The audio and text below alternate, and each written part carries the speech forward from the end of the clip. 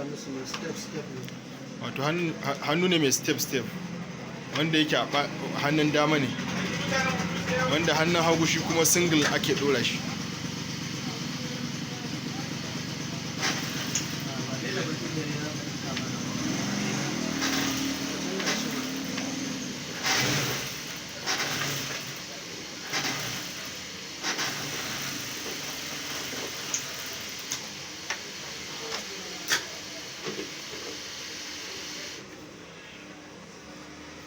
Yanzu step nawa aka dora kenan? An dora step uku. Step biyu aka dora. Yanzu saura guda nawa kenan? Maga wanne za ka sa wancan mai haske. Ga fim nan kame da sorry. Kamar maka. Wato an dora step biyu. Yanzu na uku ne wannan.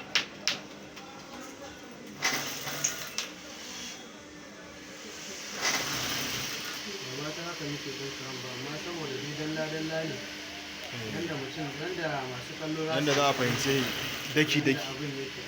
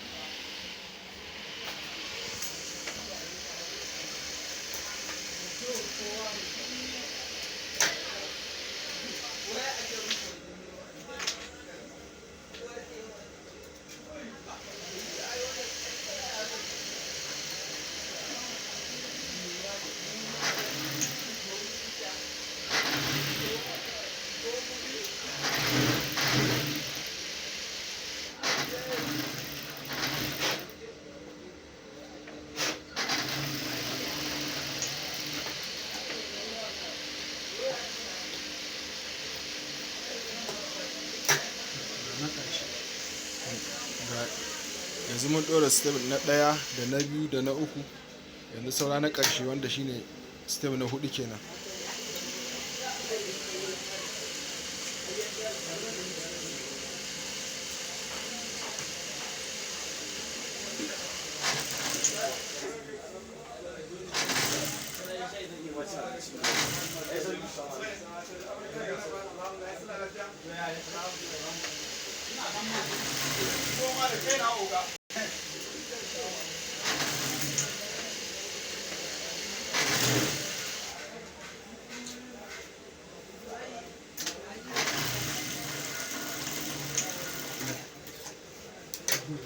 Kai tarihin